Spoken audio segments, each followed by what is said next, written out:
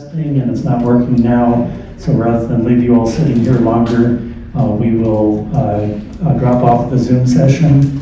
And Cal says that he will try to record it with that camera there.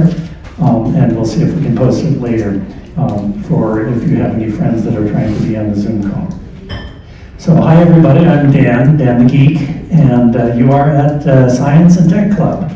And we have a special speaker today, but before we do that, let me go a little bit of what's going to be covered in the future.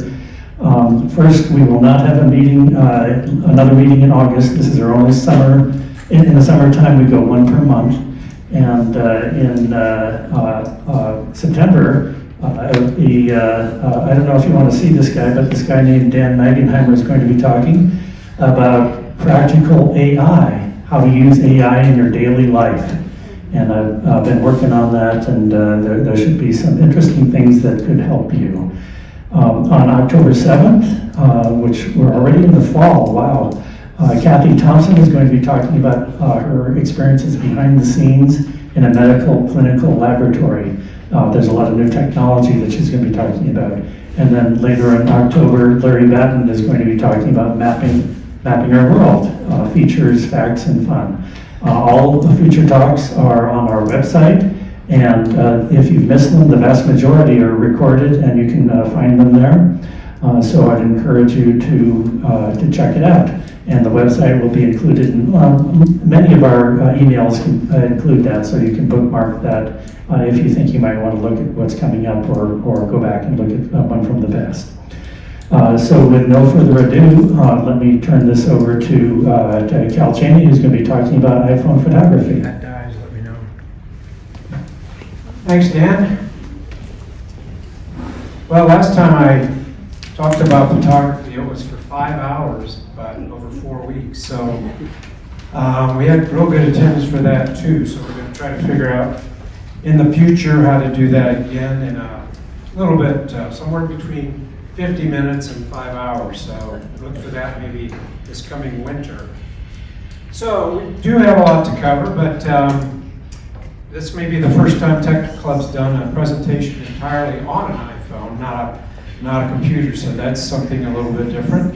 When we did a survey about people interested in photography, over 90% owned iPhones. So is there anyone in the room that does not own iPhones in Anthem Ranch here? So there's a few of you that you'll still learn a few things, but this is pretty much geared to iPhones, unfortunately. We had 100 people interested, and there was only 2 that were not iPhone users, so that's not the same demographics nationwide, but that's the story in Anthem Ranch. So I'm going to cover a few basics. Some of it's certainly photography related, some of it's a little less photography related, and a little more technical on what the phone can do, in particular when it comes to editing.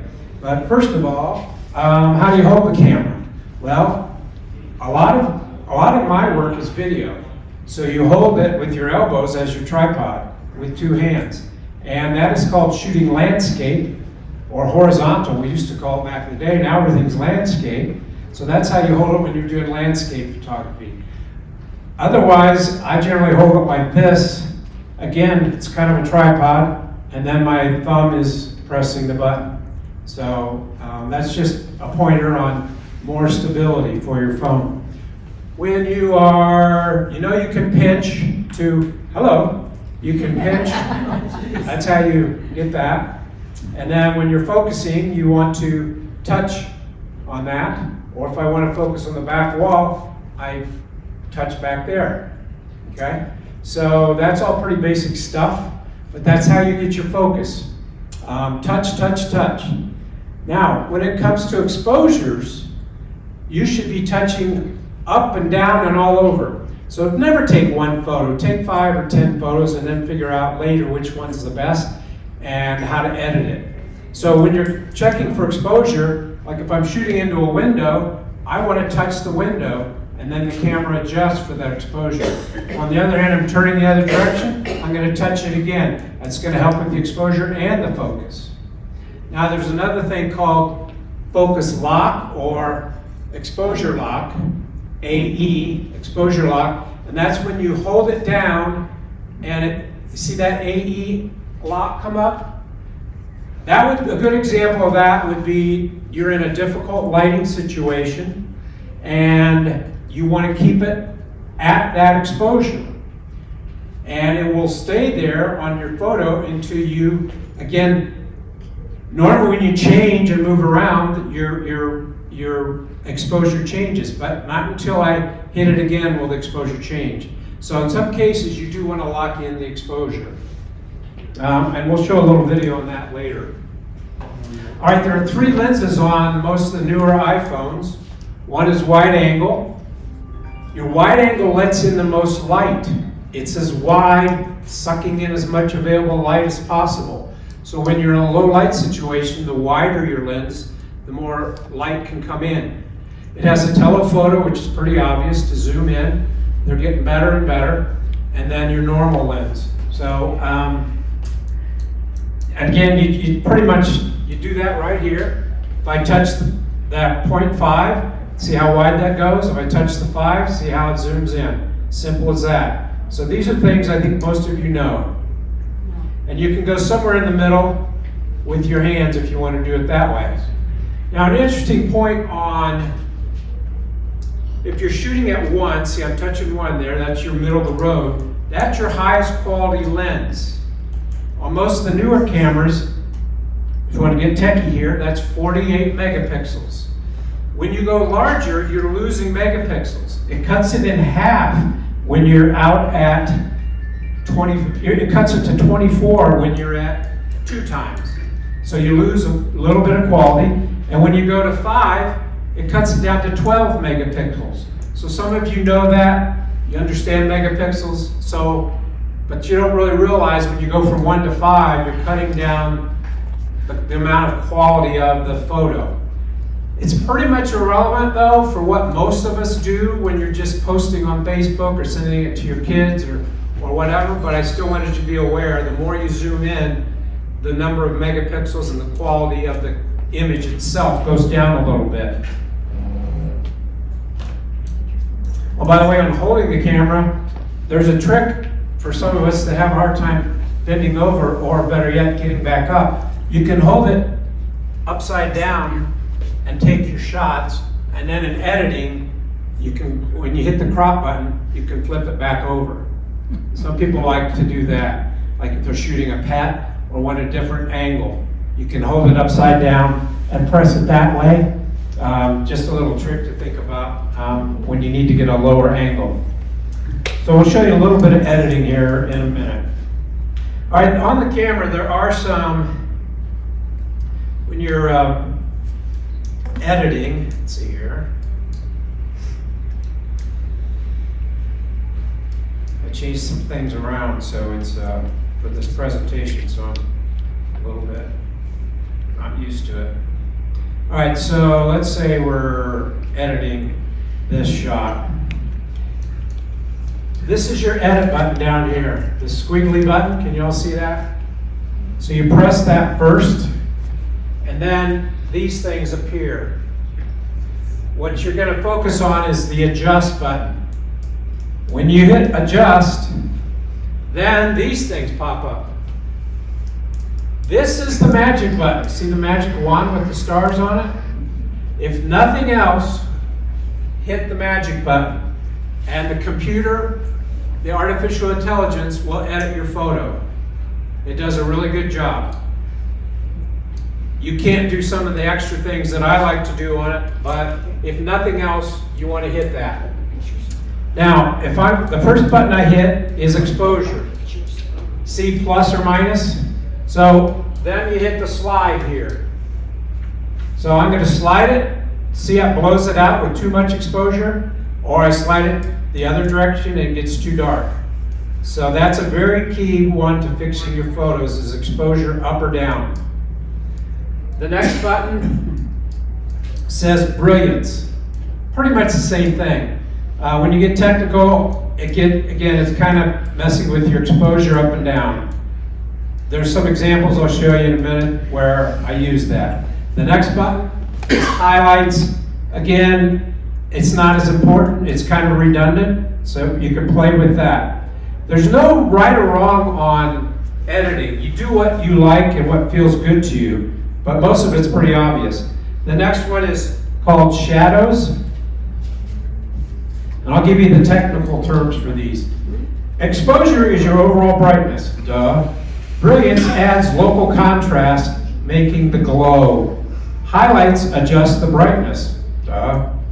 Shadows adjust the darkest part of the photo. It's a little confusing to one of the next buttons, which is brightness. Contrast takes the brightest and the darkest and separates them. So we're going to go to contrast. So it takes the darkest and the lightest and separates them. So it really is an interesting button that you should play with. So one of the keys to any of these is I don't like to go past 25%. Otherwise, you're overcooking it, so to speak. So when I say 25%, see that? See, I can go to 100%, or I can go to, see that 25% there? It's pretty small. So don't get too carried away. You go back, and you see what it looks like, and then edge it back a little bit. Brightness, pretty obvious. And then black point.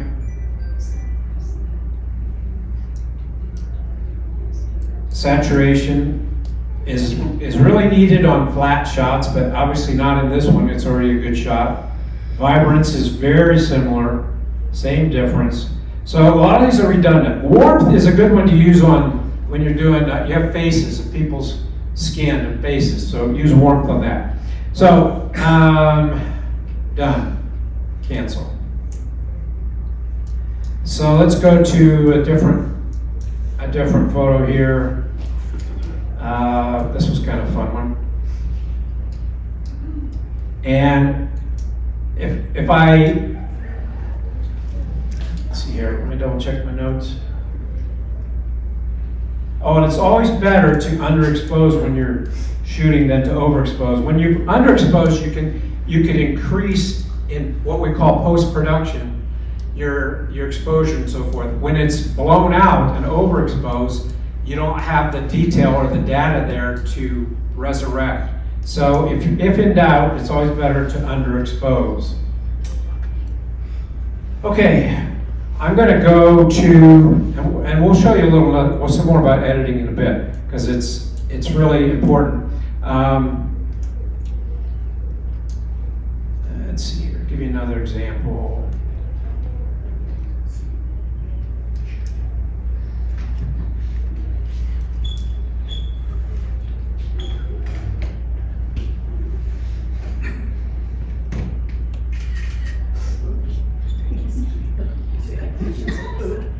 All right, on this one, this was, I just put on Facebook, it's from the other night.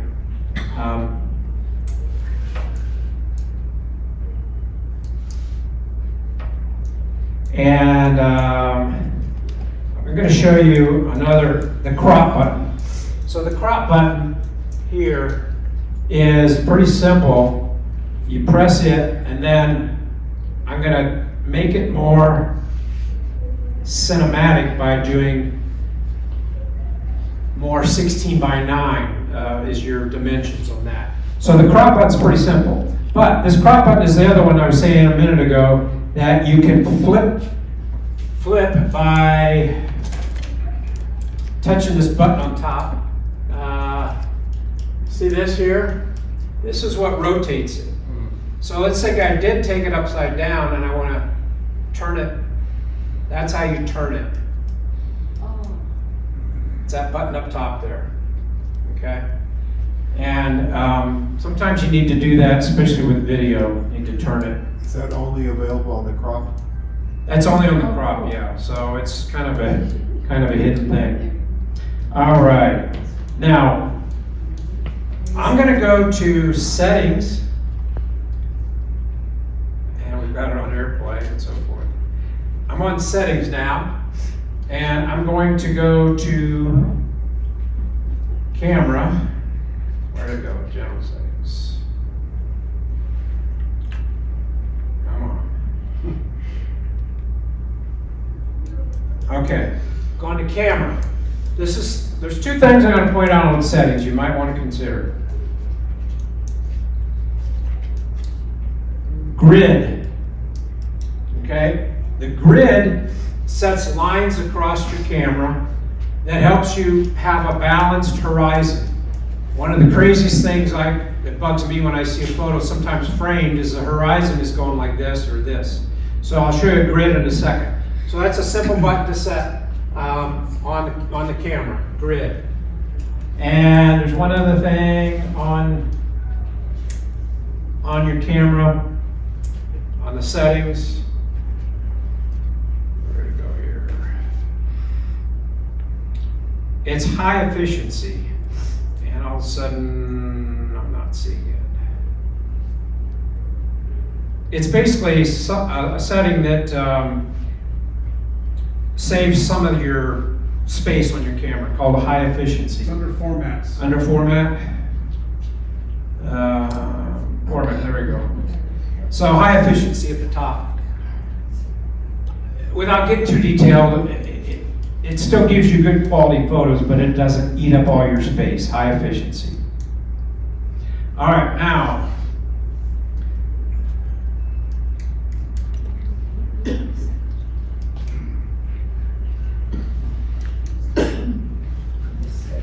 Now here's a hidden button that a lot of people don't know about, and it has a lot underneath it. Right here. And if I press that, now we're back to what we were looking at before. Okay. That's what we originally got. Now when I press that hidden button, we're starting to see some other things. And one of them is right up here that only shows up when it's needed, and that's your night shots. I'm going to show you a little video of that because there's like 2 or 3 main things I want you to take home today. One is how to do portrait work, and another is how to do a night shot. It's really not that tough, but it's under the hidden button.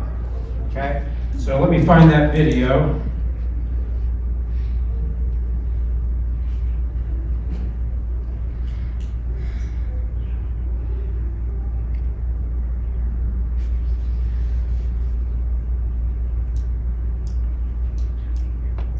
Cal Cheney. There's also the details, how much detail is in your photo and how good those details look.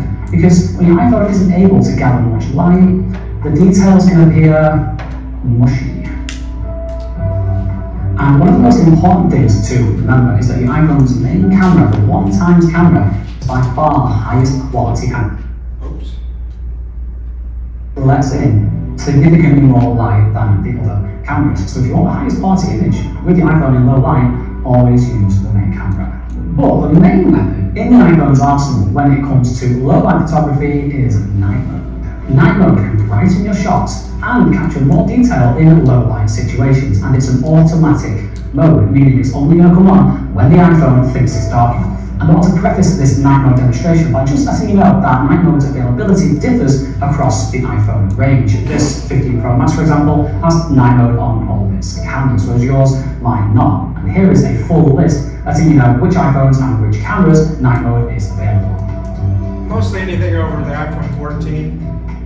Okay, I'm going to launch the camera and take some photos in night mode. And you can see night mode has just sprung to life straight away. It's that moon icon up here, and if I move the phone around, you can see now it's gone to 3 seconds. Over here it is 2 seconds, and that's telling me that night mode is going to take 2 seconds to capture the photo. And if I tap on night mode, I can actually still turn it off. This is the icon that you might see popping up from time to time as the light is getting low. And if I tap it, it's gone on to auto. So auto is your iPhone's way of letting you know that the light's getting low. You might want to consider night mode in this situation, but you don't necessarily need it. Let's see, if I move the iPhone around, yeah, we've gone to 2 seconds, now it's gone back to auto. But we can force it to come on by opening the hidden menu and tapping the night mode icon in here. We drag from auto to 2 seconds. Now I've not selected that 2 seconds, there's nothing in between here. This is the iPhone determining that it needs 2 seconds in night mode. And when I capture a photo and bring my arms a bit closer, keep them steady, because even in night mode it's crucial that you keep your iPhone nice and still. It might even flash up a whole still image. Yeah, there it is. Because now, during that time, the iPhone is gathering loads and loads of light. It's doing some extra special processing as well behind the scenes to brighten up your image. In fact, if I turn off night mode, the image gets a lot darker. When I turn it on, give me a preview of what's going on. So that is really, really cool. Just keep in mind that night mode images are 12 megapixels, regardless of which phone you're using, which camera, which lens, which resolution you've chosen, it will be 12 megapixels. Even if I have raw max selected, which I do now. And that leads me on nicely to my ultimate iPhone low light combination, handheld at least anyway, which is Pro RAW plus night mode. This is the most effective combination you can use when capturing photos with the iPhone in low light, because Pro RAW files contain so much more data than other formats. It's not even funny, they're significantly larger, and that data means that you can capture much more natural looking quality iPhone photo. Okay, he's a little hard to understand, he's British.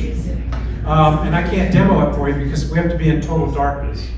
But you need to go home tonight or tomorrow night or whatever and find that hidden button and try it. It's really fun. There's a slider you can control whether you want it to be 2 seconds or longer.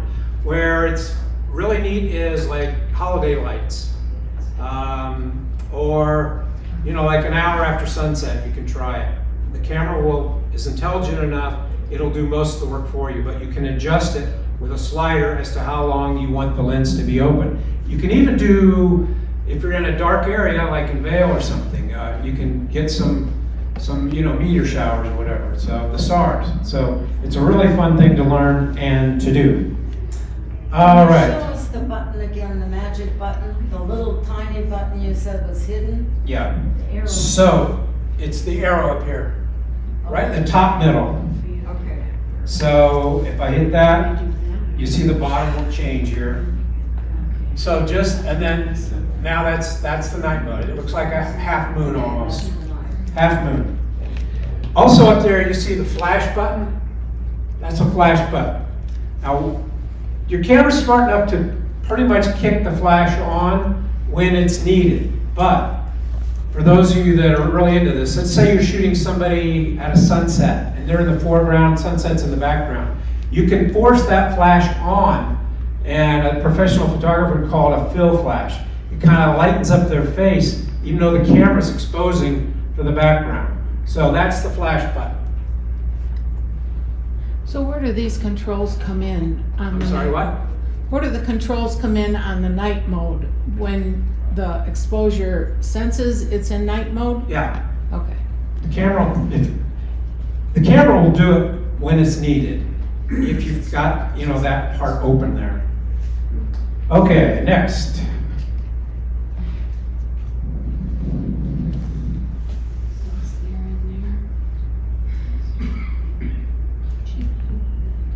Okay, I slid this over a little bit right here. They've got so many gadgets, it doesn't even show up. I'm sliding that over to the right. Now you see this here. Whoop, this is your timer. So you got your family there, they're all set up, but nobody to take the photo for you. So that's where you use the timer. All right? This is if you're changing your dimensions. Some people like to shoot square, some people like to shoot, as I said earlier, horizontally. So, How did you get to that? but you take that and slide to the right, Just slide. or you slide to the left and it shows up on the right. Right here. So watch that again. There's too many buttons there. It should automatically show up, like they should hide one or two of the others. Because the timer's a practical thing that you can use. How many people own Apple Watches here? Oh boy, you guys are. I won't call geeks, I said Apple people. Well, while we're at it then, and speaking of timers, let's see here. I think this is it. No, it's not the right one. Okay, here we go. Watch this one. Press the digital crown to get to my apps. This is using your iPhone as your timer. Now I'm standing in line with that group photo. The camera's over there. I can use my watch to trigger it. And here's how you do it. Do it. So let's go ahead and turn on our watch. I'm gonna press the digital crown to get to my apps. My apps are in list view. Yours might be in green view. What you're looking for is camera remote. Camera This remote. is not a third-party app. It is delivered from Apple, so you shouldn't have to go and download it. It should already be on your watch unless you've removed it. But simply click on it. You'll notice when I click on it on my watch, it automatically opened up my camera on my cell phone. And then it's pretty simple. You've got a couple of different settings in here. It's basically mirroring what my phone settings are. So I'm currently set to photo. I can simply press the picture button, and we just took a picture. I can also review the picture on my watch, which is kind of cool. You don't have to run to your phone to look at it. I can look and see, yeah, that looks pretty good, or no, we need to take another one. Now, because I'm in photo mode, if I wanted to do video, I would have to press and hold, and now I'm doing video. It's going to kind of mirror whatever setting you're on your phone. The other thing is you can use your digital crown to zoom in or zoom out. And remember, we're seeing all of this stuff on our watch. We don't even have to be looking at our phone. You've got the three dots over here. Simply click on that. That'll take you to your options. So if I wanted to turn on a timer, I could do that. If I wanted to switch the camera and use my front camera as opposed to my rear camera, I could do that. You've got your flash options that you can adjust, as well as your live photo options. I'm gonna go ahead and press done, and now you can see, whereas before I just had the single shutter button, I've got the 3 seconds, I can press that. And it just took a picture. Isn't that perfect for a good geek? So let's go ahead and turn on our watch. I'm gonna press the digital crown to get to my apps. My apps are in list view. Yours might be in grid view. What you're looking for is camera remote. This is not a third-party app. It is. Okay? Hey Cal? Yes. One thing you'll note if you're trying to do this and you're up in the mountains someplace, if you don't have good cell reception, some of this works and some doesn't. So don't be confused. A lot of people, like if you're on a hike or something, or on a long bike ride, if you don't have cell reception, no Wi-Fi, this still basically works, but like you don't get the picture and some other things don't work. All right, some of you know that when it changed to iOS 18, the photos down at the bottom, the way your photos display all changed. You used to just see all of them, and now it gives you all these suggestions. So if you want to get rid of that, you go down to custom and reorder. And so I'm going to press custom and reorder, and now you've got all these things to click or unclick. So get rid of most of them. Custom reorder at the bottom of your photos. Questions on that? Can you see what I'm doing? So, okay, I'm going to go back to all your photos show up, right? Slide to the bottom, all the way to the bottom. Custom and reorder. Now simplify your life by unclicking those.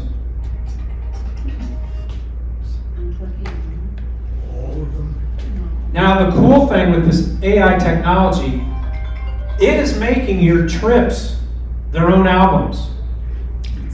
It'll make an album for you, a folder, whatever you want to call it, of all your trips.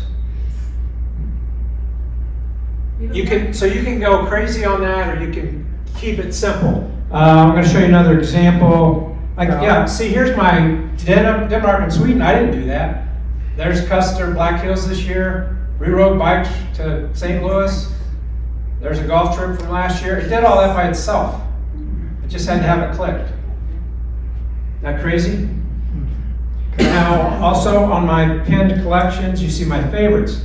Now, here's another really cool thing. If you have map clicked, it shows all your photos from all over the world. Isn't that insane?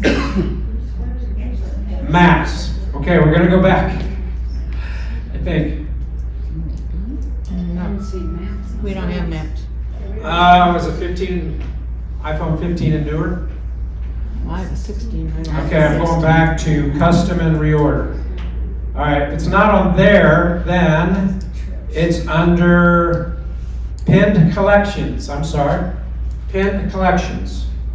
So now go to pin collections and then modify. Now you've got all these options. It's like my new car. I can only do about 10% of what it can do as far as the dashboard and all that technology. So anyway, there's maps there. You see I've got that. It looks like it's in reverse, but map is not here anymore, so that's why it's shown as a negative up there. Where is this? Okay, we're gonna go back. So now it's under pinned collections and modified. I don't know how old your phones are, but this is usually on 15 or 16. I'm going to show you more reasons why you need to buy a new phone, unfortunately. Or buy a 15 used. The coolest thing ever is getting rid of stuff in your photo. I'm going to show you that next. Yes? Cal, before I got ISO 18, I had all of my folders, I guess, on the side of like Christmas of 2020, blah, blah, blah. And I think they all disappeared when I got ISO 18. Maybe Dan can answer that while I'm looking up. I can. Apple made some changes in iOS 18 that a lot of people didn't like. And they are changing some of them back. So when the next release comes out in September, check again. Most of what you used to be able to do will be back and obvious. You can still do everything you need to do, it's just much harder to find right now, so they're fixing that. So I didn't lose those. I had like 100 folders. No, everything is still there, nothing should have been lost, it just, they basically buried it someplace. So it will come back, you think? Yeah, I can help you find it. But no one, I can't get it back now. I have to You wait. can get it, you just can't, it takes several more clicks. Yes? When you're talking about getting new phones, have you heard anything about iPhone 17 supposed to be a better camera? Yeah, you know, every year it's hyped up. I can fortunately make mine a business expense, but the reading I've done is it's more AI, but there's also going to be software updates to 15 and 16, but I'll let Dan chime in on that as well. Yeah, Apple is notoriously closed-lipped on new stuff. There's lots of rumors which are floating around. You never know what's true and what's not until they actually announce it. One thing that I saw recently that might make you want to upgrade is the optical zoom on the iPhone. On the next iPhone is supposed to be, I think it goes up to 8x. The latest is 5x, and if you've got anything a little older, it's probably 3x. So if your phone's 14 or older, you know, you should consider upgrading. Now, here's the coolest thing ever. It is on the 15 higher end models and the 16s. Again, we're going to go to the editing button, the squiggly button. I'm going to press that. Now you see over here, cleanup. I'm sorry, these are so small. Bottom right, cleanup. And I'm going to press cleanup. Now it has to think for a minute. And in some cases, in many cases, it'll recommend like a garbage can to get rid of. In this case, it's actually asking me if I want to get rid of that guy. Well, maybe it's this guy, so that's not really what I want. I'm gonna, let's see, I'm gonna do this guy over here. And, yeah, boom. Wow. Isn't that crazy? It's on the iPhone 15 and 16. So, and then bottom, editing button, just a regular editing button. Let's say, here's another example, I guess. No, that's a video, can't do that one. I do a lot more video than photo nowadays. Let's say you want to get rid of your ornery nephew. And I'm going to hit clean up. It's going to think for a minute. It doesn't see anything that is obvious. So I'm going to just see if I can wipe him out this way. Boom. How can I do that? They just screwed up. Reset. The reset button right in the top middle. Reset. Now, there is an app for that on your older phones. It's called Touch Retouch. Touch Retouch. Touch Retouch. You didn't bring your notebooks, so It used to be free, now you pay a little bit if you want it, but it's awesome. It does the same thing. And it's not always perfect, but it's a great feature. And oh my gosh, there's so much crap in all of our photos that it'll be great to use, like I said, for poles and garbage cans and unwanted photo bombers. Hey Cal, one clarification, the iPhone 15 does not have this, just i15 Pro and Pro Max. Right, just the higher end. Right. And one last thing is, if you are considering upgrading your phone, make sure you plan for the future. Get lots of storage. If you're a photographer, it's definitely worth it to pay the extra $100 or $200 for the Pro or Pro Max version. That's pretty cool. All right, we showed you that map earlier, but I need to make sure you understand. I know how paranoid everybody at Anthem Ranch is about privacy and security. So we're going to go to settings. Let's see here. Privacy and security. Where's that? Oh, there it is. Privacy and security, and then location services. Okay? Many of you don't want to be tracked, but I press that, and you can. I've got on while using the app, and that's when it'll show up your pictures from all over the world. So you need to have your location services on. Basically, I did that, and I went to camera, and mine is set for while using. So all I did was set up my camera to be tracked, not everything else. Comments, Dan? Yep, makes sense. What did you do here? Yeah. Settings, Location. privacy and security, then to camera. All right. By the way, there's a poor man's version of getting somebody out of a photo, or it's used in a little bit different most of the time. Let's see here. So you know there's a way to search on your, darn it, there's a way to search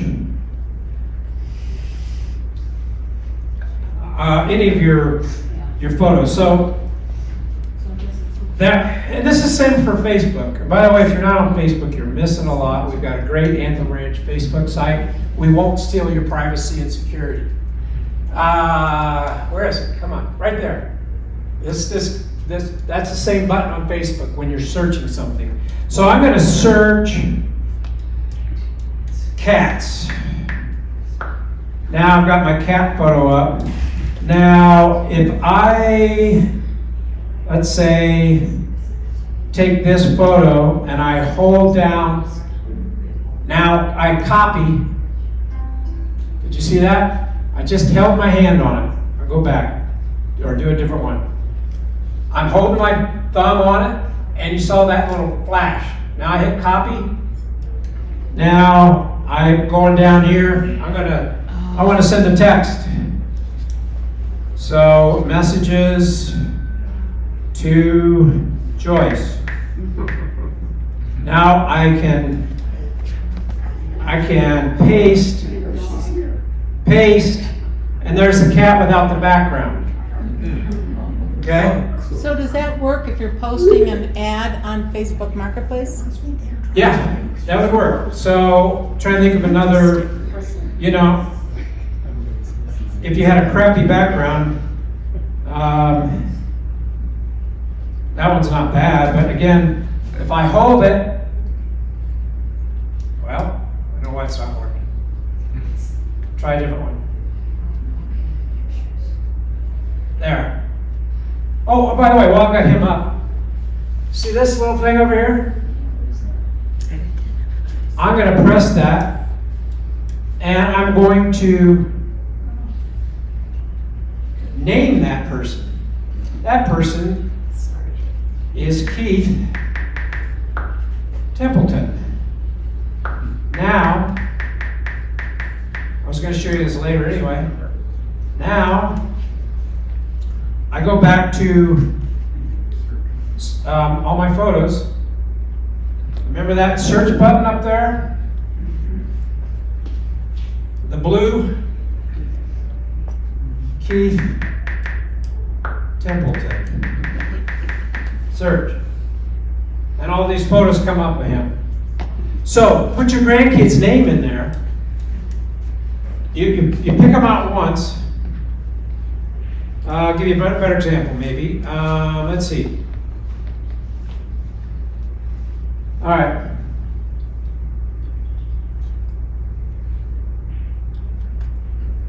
So here's our bike group last week. Well, what am I doing? Trying to get the window to come up.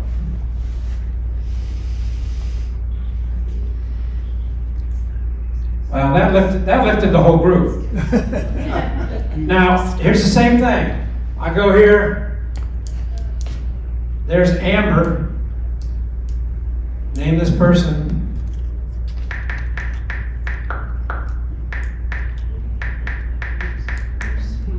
Whoop, did I spell wrong? There it is. Done. Now I get out of here. Oops. Oops. And I want to go back to search. Amber Stevens. Go. And we start seeing pictures of Amber. So name your friends, your nephew, your grandkid, and whenever you want to search it, you can find all the photos of them. So these are some of the non-photo techie stuff I was hoping to share. Because I'm not telling you how to do composition or some other photographic styles. Is there a good free duplication elimination app that you can recommend? Does that make sense? Duplicate photos? Mhm. Yeah, you can eliminate exact duplicates on here real easily. I don't know if that's what you're asking though. That's what I'm asking. Yeah, we'll show you that after class. Okay. Okay, let's see here. It's time for a video.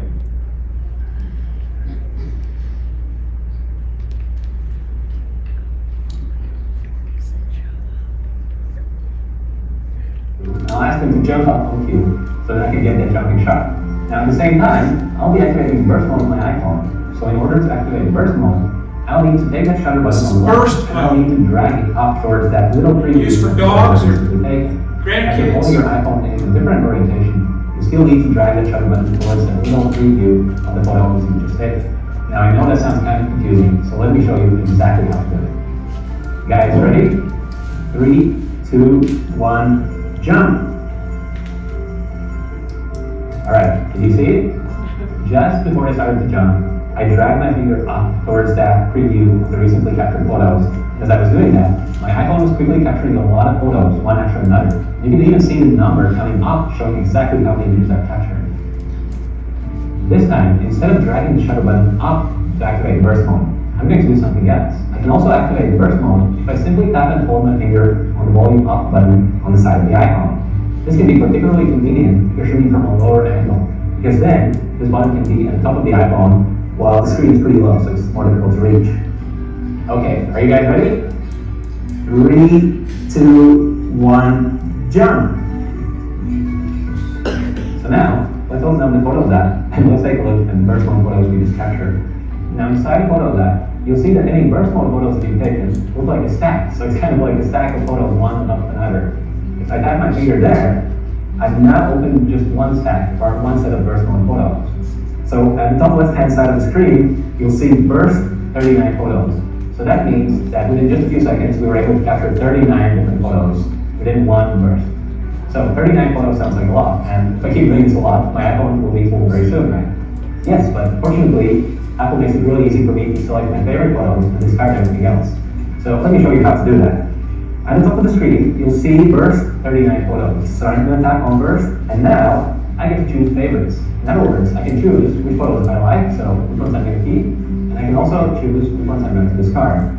So to quickly go between these photos, I can use the slider at the bottom of the screen. If I use that slider at the bottom, you'll see how quickly I can scroll through these images. Now, I'm only interested in photos where they're jumping, so if you go in first view, and if I now look at those jumping shots, I'm going to try to pick one where they are as high in the air as possible.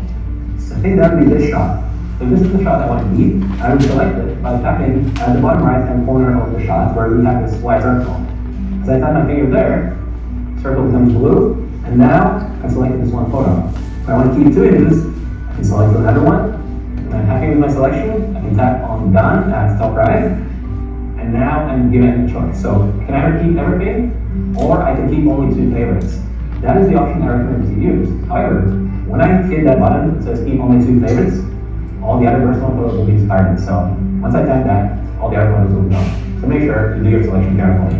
For training, I'm going to give them a few. Now, So that's burst mode. A little advanced for some of you, but you can see I can pick out the best photo. What turned on burst mode? Pardon? What turned on? Okay, so just get to your, like you're gonna take a photo. Photo or video? A photo.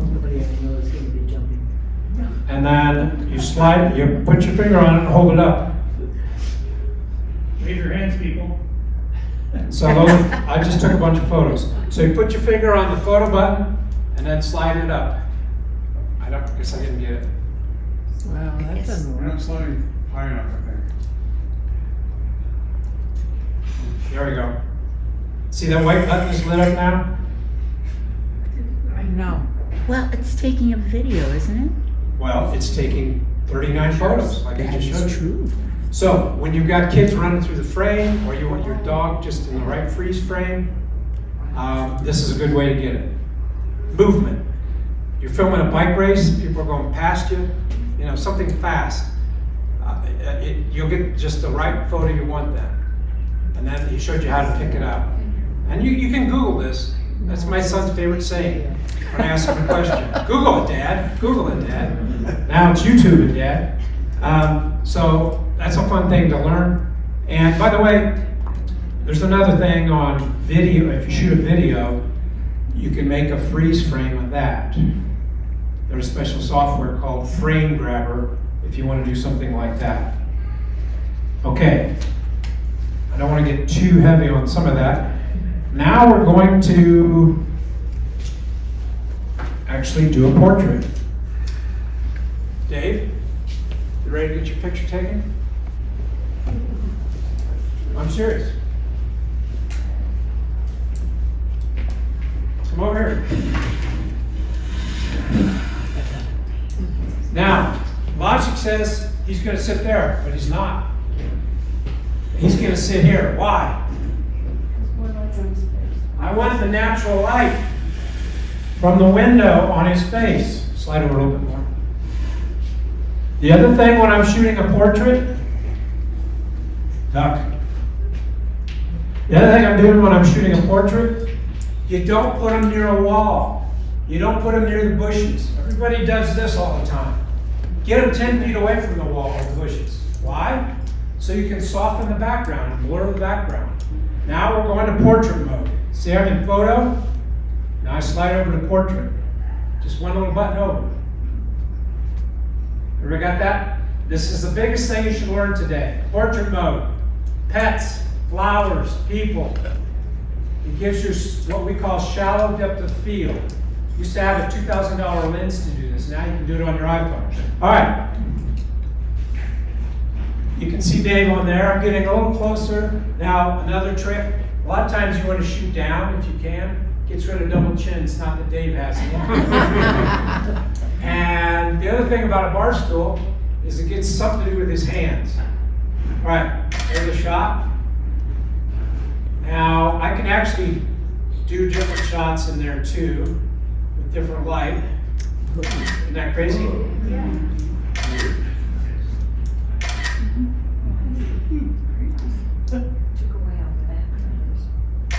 All right, thanks. Now we're going to edit that.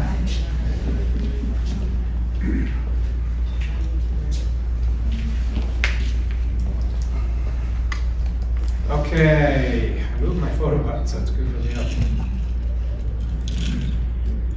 All right, so we'll look at the first photo of Dave. Not too bad. I got the exit sign gone, but there's only so much I can do with the background. So I could grab him and move him, right? And make a background nowadays. That's fairly new technology. I'm gonna hit the edit button. And see, it says portrait, so I know it's in portrait mode. Now this slider here, I'm gonna slide it back and forth. If you're not a photographer, you might not know what f.45 is, 4.5, or what 9 or 10 is, but this is where everything's in focus. At f10, 11, 12, and then if I slide it the other direction, at 2.8, 2.2, everything becomes soft. Okay? So the background's gone.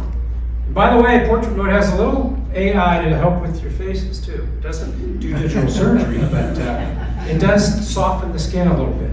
So this is what you need to do with your kids or grandkids or whatever. It works on flowers, it works on pets. You just want to soften that background. Now,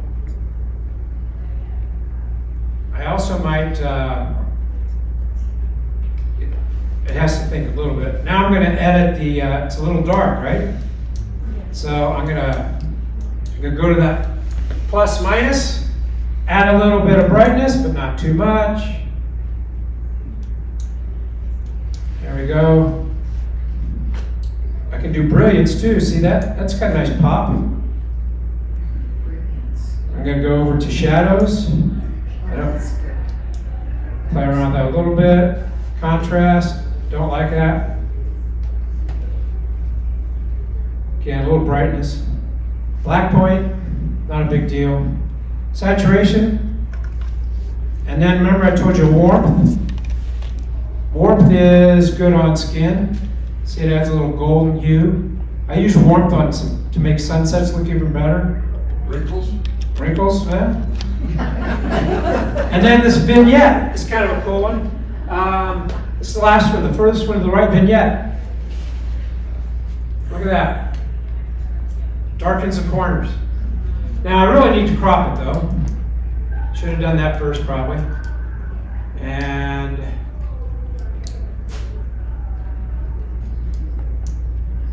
pull it in a little bit on the sides. Maybe go right down so there's, okay, get the point. Where's the make younger button? Haven't figured that one out yet. Next version. Next version, you gotta pay more for that. Okay, you saw those different, let's see here, those different lighting things too. I'm going to show you some examples of that. Auto saved it over the original picture? Yeah, I would say, but you can always revert. You can always revert. All right, here's some neat portraits. Would you use this on a group? Well, good question. It works on like 4 or 5 people in one line. But think about it, if there's 2 rows, the person's second row is going to be out of focus if you do too much. I can do it so extreme that the back of your head is out of focus and the front is in focus. So you got to be careful. But no, it doesn't generally work on groups of more than 4 or 5 people. It's good to try, but you just need to shoot, shoot, shoot. So this is done in post-production right here. I'll show you that in a second. These are all obviously here. Soften the background, see that? That's a before, there's an after. Just makes it pop. I love with gray hair, I love the black and white. I'll show you in a second. Isn't that cool? There's a bunch of options here, I'll show you. Striking. Sometimes I think this will probably be their obit picture. Sorry. Well, it's probably the last professional shot they'll ever have in their life. I mean, we're too cheap to pay for that, right? Nobody likes their picture at this age, especially. So. You lost the screen. Oh, I did? Oh, it's back. All right. Well, let's go back to Dave.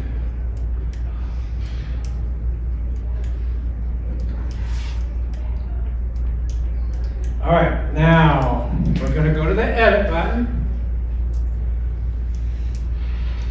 And let's see here. See the F up there, top?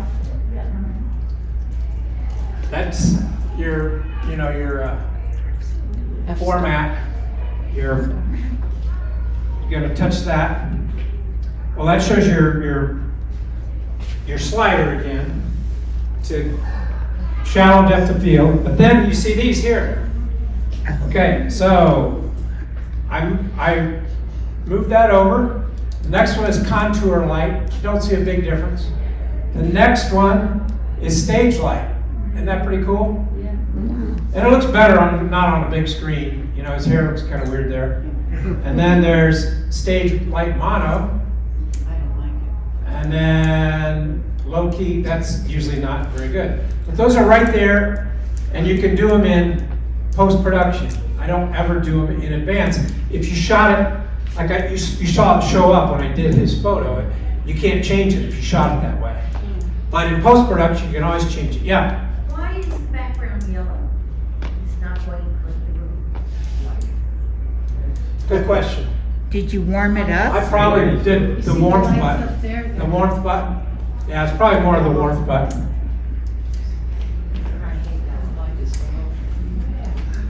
So, that's pretty cool. And I think you should The play color with it. balance of the lights in here and the light coming through that window were different. Yeah.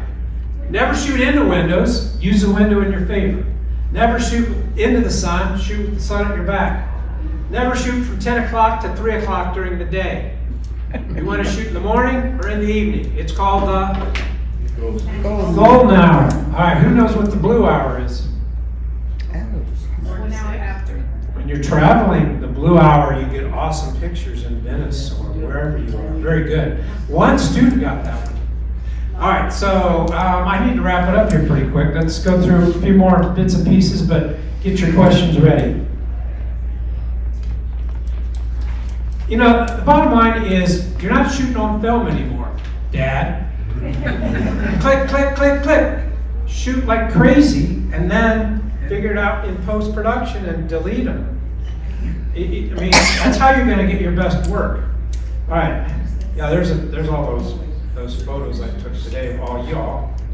All right, let's see. Okay.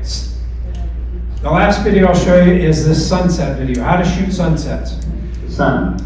So I'm going to switch to my 1x lens, and right now this looks pretty much fantastic, except I have an exposure problem. So on the left, the sun is overexposed, so I'm going to tap and hold my finger there, and now I have locked exposure. You can see the letters AEAF lock. And now, just as I predicted, I have that perfect composition where I have the S curve in the river, and I have a little tree to my right, and on the left, I have the setting sun. And unfortunately, just as I predicted, it's also a little bit tight, so I'm going to rotate it horizontal, and this looks so much better. So I'm going to be careful about how I frame this. Is the sky going to be more important, or is the foreground going to be more important? And honestly, here, I think the foreground actually matters more, because the sky isn't as beautiful as I hoped it to be. It's a great sky, but it could be even better. Whereas in the foreground, we have the beautiful S curve. So I'll make sure that's in the frame, and I'll take another shot while we have this incredible light.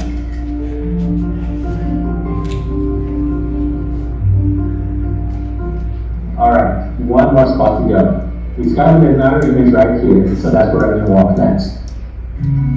So when you're shooting in the sun, touch your screen up here, touch your screen here, touch your screen down there, and shoot, shoot, shoot, because you're going to get all different exposures.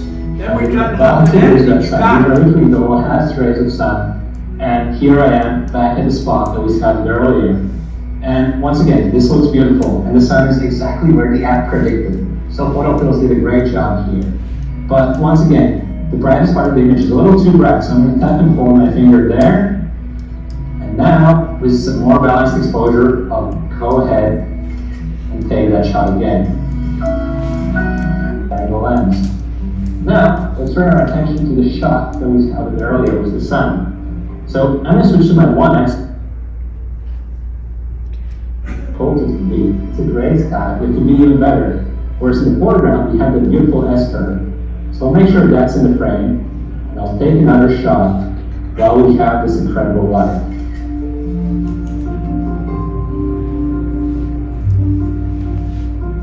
Alright, one more spot to go. We've got another image right here, so that's where I'm gonna walk next.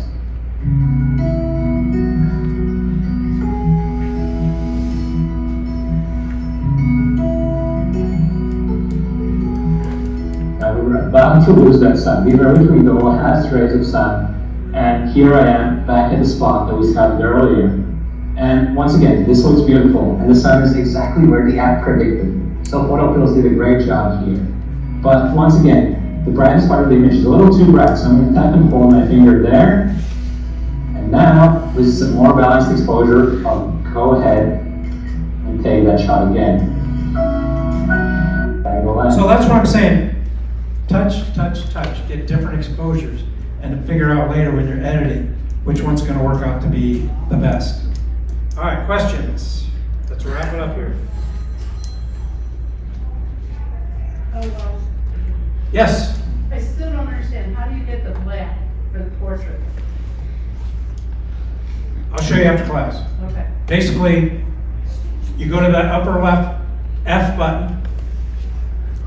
Do you have a picture that you took? You have to take it in portrait. That's what you do have to do in advance. You have a portrait on your phone? Yeah. Go to the upper left, that's where the F. Tap that, and then you'll see at the bottom, you've got your slider for editing. And then right under it is that kind of half curve of all those different modes.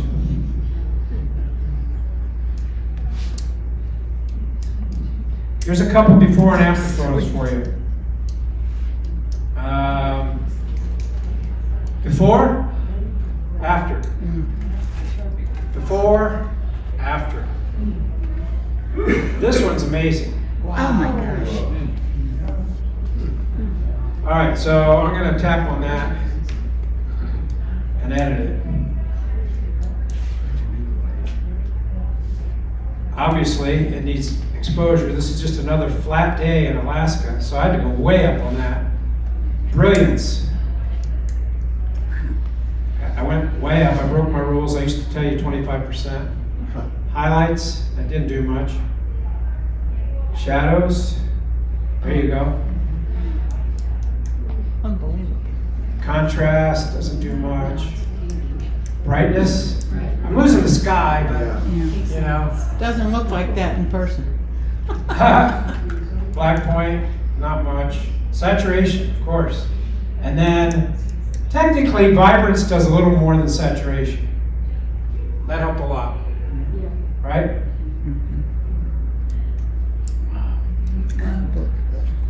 And there's the one before it. The one before is what that has a final. So here's a flat one. Let's edit that real quick.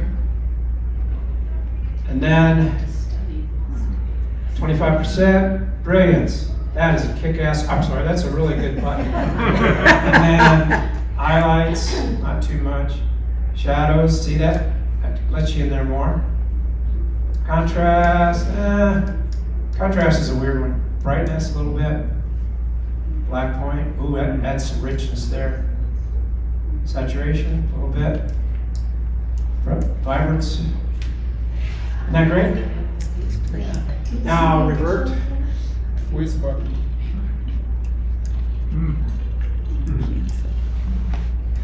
So hopefully you learned something today. Any other questions? Yes? Now, if you had an old photo from before, let's say 20 years ago, before they had all this technology, you take a picture on your phone of that picture.